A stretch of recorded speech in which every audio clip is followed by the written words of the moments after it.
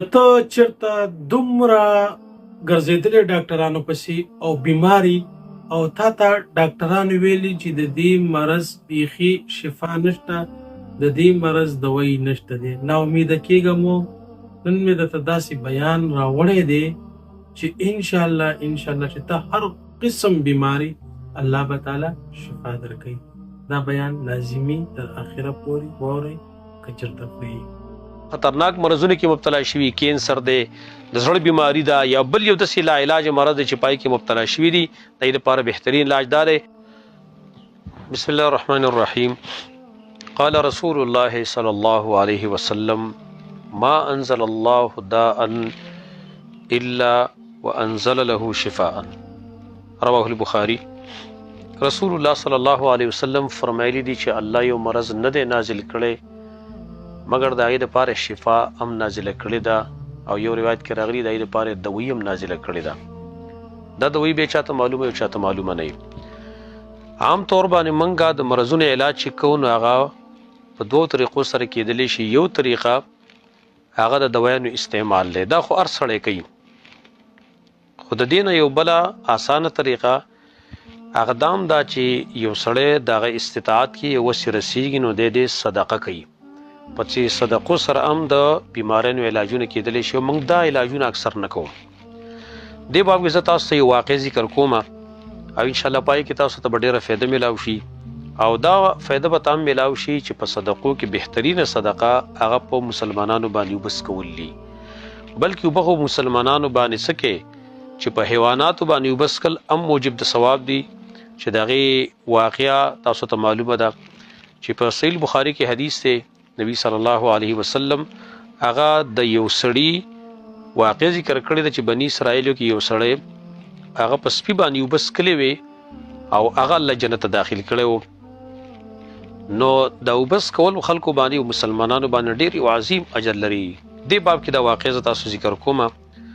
واقعه نقل کړی د امام بهیقي په خپل کتاب شعب الایمان کې، او دا واقعه خپل ذاتی نقل کړی دا د خپل استاد او د خپل شیخ ابو عبدالله الحاکم رحمت الله تعالی علیه چې عظیم محدث دی، صاحب د مستدرک او د امام بهیقي استاد دی.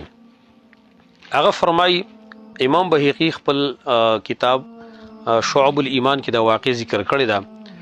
هغه فرمای وای زما استاد امام حاکم دغه په مخ باندې دانې راختلې وي، وعالجه بانواع المعالجه، او داغي په قسمه قسم علاجونو سره علاج کاو، فلم يذهب خو هغه دانې چې کوم هغه ختم نشوي او زخمونه ختم نشو. وبقي فيها قريبا من سنه، او تقریبا یو کال دا په دې کې باقی پاتې و چې هغه دانې ختمېدل او خطرناک صورت اختیار کړو.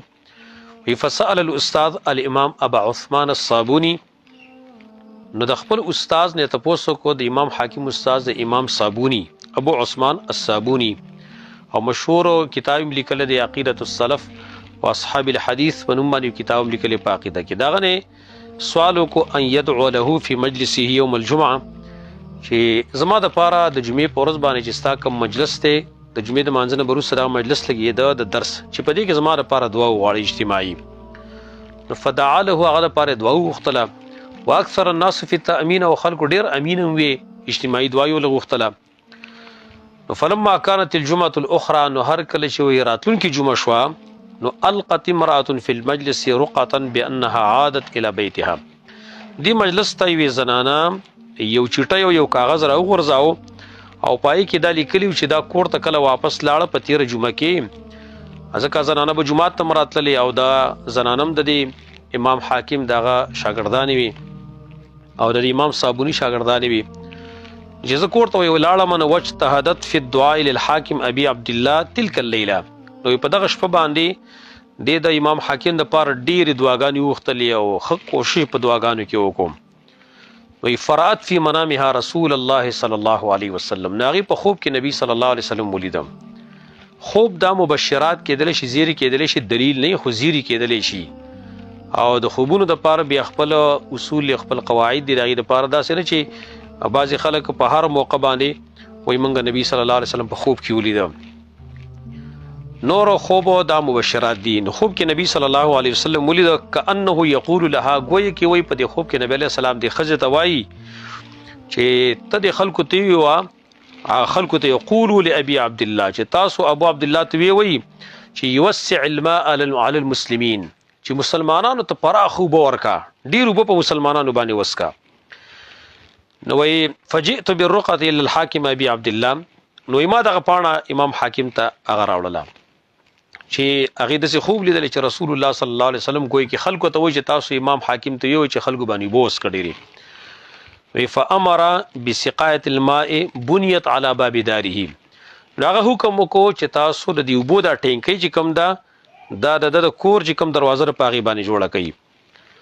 نو وحين فرغوا من البناء او کله چې هغه فارغ شو د آبادی نه دغه جوړولو نه فارغ شو وی امر بصب الماء فيها نو حکم یو چې بده کې تاسو صوبو هغه پکې واړوي ټینکی جوړک لپای کې وبو ورتلی وطرح الجمد في الماء او پای کې دا کنګل چې کوم دی واوره کنګل کو ته مونږ واوره دی واوره پکې ورتلی وبي خېکلی واخذ الناس في الشرب خلکو شروع شو چې د وبسکلی لاروي خلکو جمعات ته خلک راتلوي سبه د وبسکلی فما مر عليه اسبوع نو ابطل تیر شوی نو حتی ظهر الشفاء تر دې چې هغه شفاء او علاج د په مخ کې راخکارش وزالت تلك القروح وزخمنا وغدانی چې کوم ټول ختم شي وعاد وجهه الى احسن ما كان او دا مخ بیرته خسته حالت توافش شو وعاش بعد ذلك سنين او دا غیر سره ډیر عمر تیر کو.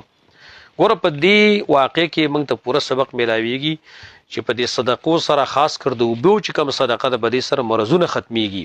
لہذا دا پیغام د هغه خلکو ته زماره طرف ته چې کوم خلک ای په خطرناک مرزونه کې مبتلا شوي کینسر دی د زړه بیماری دا یا بل یو د سلا علاج مرض چې پای کې مبتلا شوي دي د دې لپاره بهترین علاج دار چرته یو مسجد یا یو مدرسه یا د یو کله چې ای کې خلکو ته د بو ضرورت ته کیو باسي او په دې باندې خپل علاجونه وکي ان شاء الله تعالی تاسو به دغه آثار بیا مونږ هذا وبالله عز وجل التوفيق. خداو د شیخ سے قیمتي او بهترین بیان چې تاسو واوریدلو امید کو د الله نه چې دا ویډیو دا بیان به تاسو خوښ شوي وي نو لازمي خپل ملګرو سره مخکې شیر کړئ. السلام علیکم ورحمت الله.